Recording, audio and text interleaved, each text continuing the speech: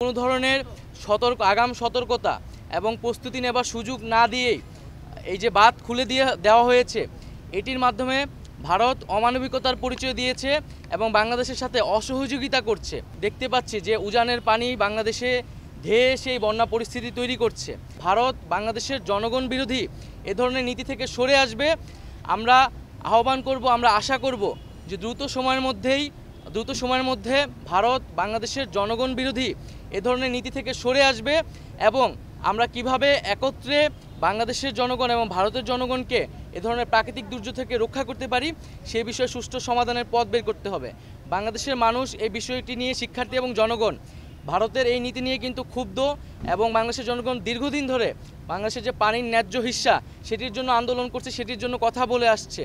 তো আমরা আশা করব যে ভারত বাংলাদেশের সম্পর্কের ভিতরে কোনো টানাপোড়েন যাতে না রাখা হয় এবং একটা ন্যায্যতার ভিত্তিতে যাতে ভারত বাংলাদেশের রাষ্ট্রীয় সম্পর্ক প্রতিস্থাপন করা হয়।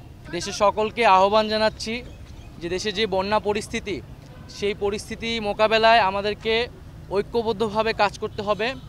গণঅভ্যুত্থানে যেভাবে জাতি ঐক্যবদ্ধ হয়েছিল, আমরা একইভাবে দেশের সকল সামাজিক, রাজনৈতিক শক্তি এবং রাষ্ট্রীয় শক্তির প্রতি আহ্বান জানিয়েছি, নির্দেশনা দিয়েছি যাতে আমরা একত্রে এই বন্যা পরিস্থিতিকে মোকাবেলা করতে পারি এবং বাংলাদেশের মানুষকে রক্ষা করতে পারি। সেই জায়গা থেকে কিন্তু আমরা সরকারি, বেসরকারি সকল প্রতিষ্ঠানের কাছে নির্দেশনা দিয়েছি এগিয়ে আসার জন্য।